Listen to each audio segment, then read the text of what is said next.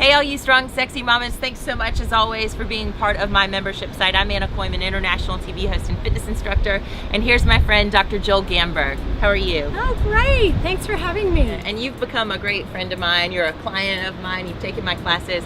What is it that you like about taking my classes? Well, first of all, it's awesome fun. Smile from ear to ear when you're doing it. It is fun. So you would recommend it? Absolutely try out her class. It is super fun and really safe and well done and thought out, and I think that it's a really great class. Oh, thank you. I like also the fact that you offer lots of options. So, for example, postnatal women need to take it a bit more easy, but even someone like myself who's not postnatal anymore, my kids are 6 and 8 now, but I might have other issues. I've got a sore back, so I don't do high impact exercise in general. Yeah. And I like that you offer options. But she is always working it, doing the low impact exercises. That's right. Just because it's low impact doesn't mean it's not hard work. It doesn't mean that you can't sweat or you can't get a good burn or good pump, a good exercise, challenge your cardiovascular system, strengthen those muscles. And I love that you give options. Yeah, thank you. So we're coming to you from Sydney, Australia. I also want to make an introduction to my 10-month-old baby boy Brooks, as always. And as always too, I really want to make sure that you are working out in a safe and effective way. I try to do that as much as possible, but these workouts are not individualized.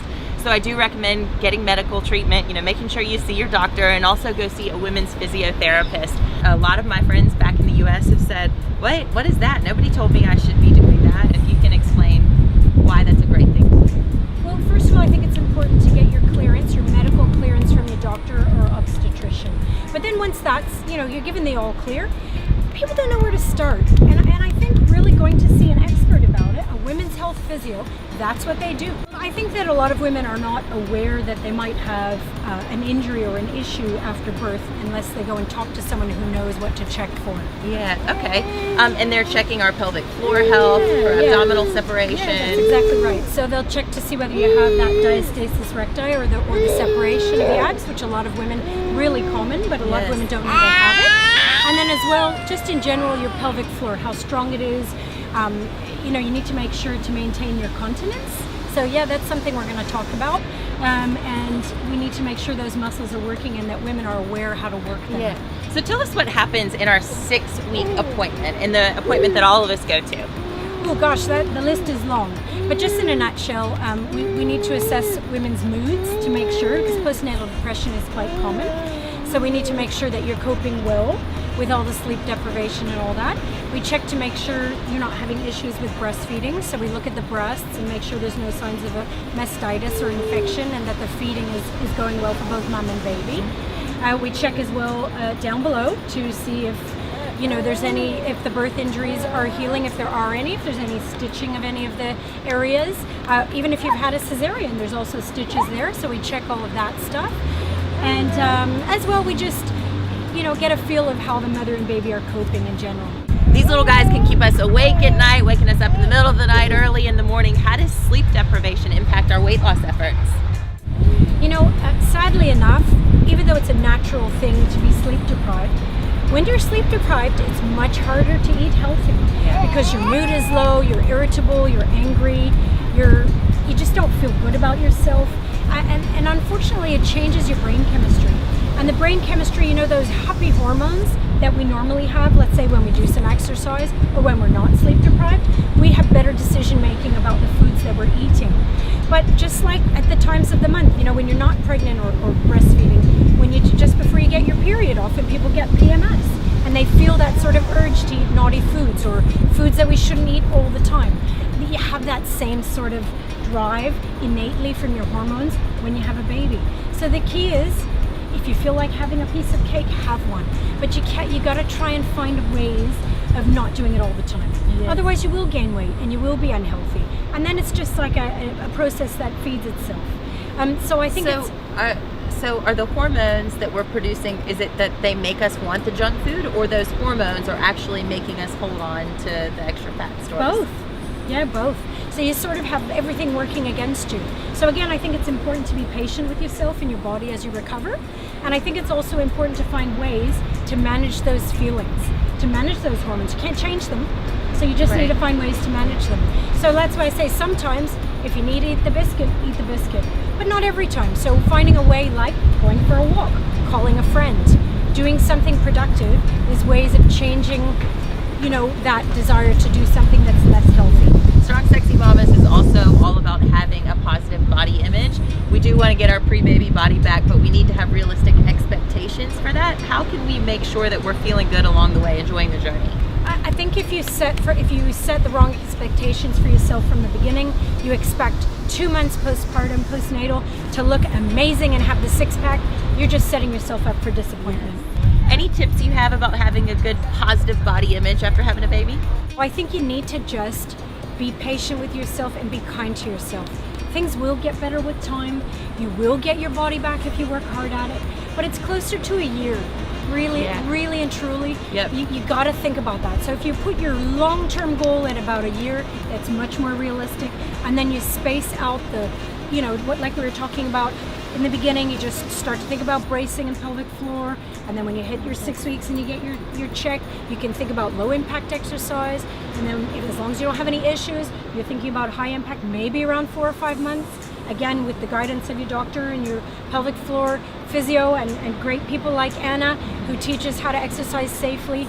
Then if you have slow goals, short-term goals, we can reach that safely, long-term goal of having the post-baby, pre-baby body.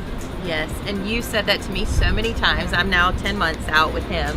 You said so many times to me when I was pregnant, it's going to take you a year, it's going to take you a year, and I kept going, you just wait, you don't know me, and you know what, I'm at 10 months and I'm not there yet. I've started working in a lot of high impact exercises, but I'm waiting for the time when I meet the 1 year mark to really turn up the dial 100%, because I don't feel 100% yet. That's right. And look, the other thing that's really important is actually you'll never be back to your pre-baby anything, because now you have these beautiful children. No. And so I think that's important to realize as well.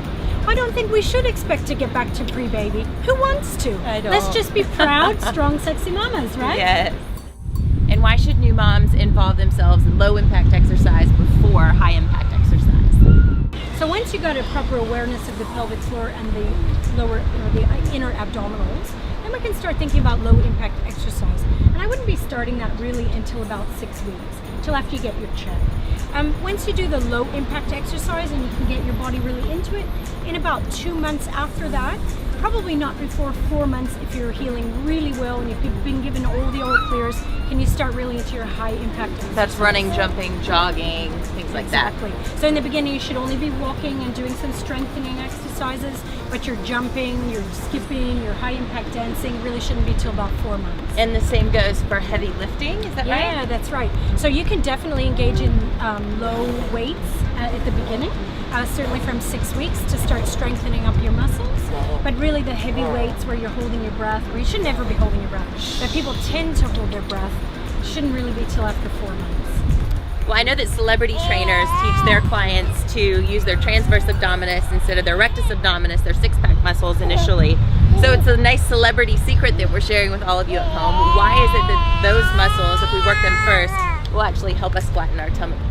Well, basically just from even the first couple of weeks, you can even just start bracing. You can start thinking about having an awareness of those muscles being contracted, doing some good deep breathing exercises, and really just practicing bracing.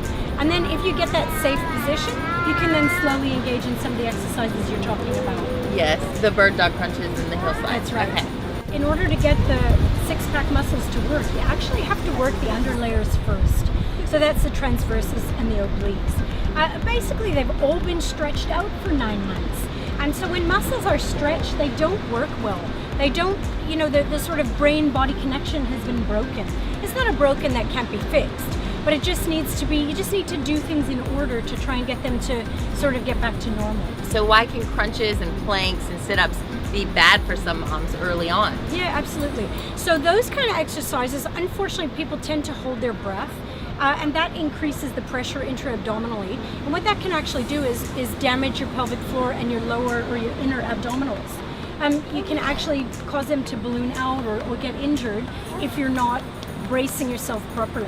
And if you haven't started your exercises in a safe fashion, then if you go to the too hard ones first, you could end up hurting yourself. Which abs exercises are recommended early on?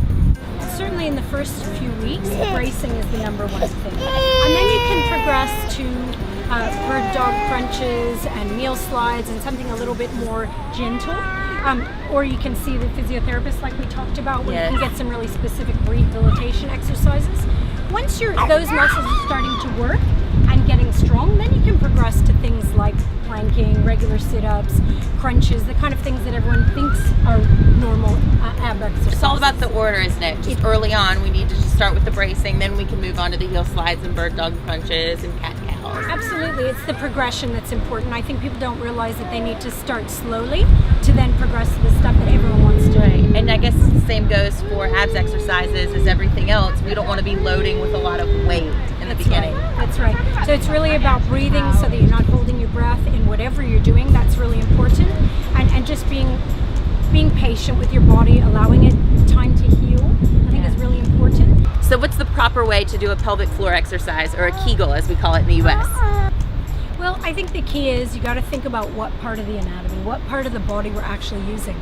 And look, people don't like to talk about it. So it's a taboo topic. People don't want to say the word vagina or anus. But look, we're going to say it. We're going to say it. Because that's the area of the body that we're talking about. It's anatomy. You know, your baby comes out of your vagina. So those muscles get really stretched out when you have a baby vaginally. And even if you have a cesarean, those muscles get a lot of pressure on them for 9 months of pregnancy. They can get very weak. So when you think about a Kegel or a pelvic floor exercise, you got to think about those muscles that nobody wants to talk about. So let me tell you about how to do it. Basically, you know, women that have had baby have had sex. So let's talk about sex. When you have good sex, you're contracting those muscles in your vagina, and those are the muscles you want to think about contracting when you're doing a Kegel. And if we do our Kegels and we do our pelvic floor exercises, I hear you saying we're going to have better sex likely too. Absolutely. The more Kegels, pelvic floor you do, the better sex you're going to have. So I think dads are going to like this one as well. Absolutely. The other part we need to talk about is the anus. So again, that's where your poo comes out, but every day of your life you've always concentrated on how to, you know, squeeze that in and out. And you know, we don't like to talk about that. But when you have birth, when you give birth, or even being pregnant, again, those muscles get weak. Yes. So part of the pelvic floor is contracting the anus as well. So again, you're just trying to have an awareness in the beginning of contracting those vaginal muscles and the anal muscles. And drawing in and up. And drawing in and up.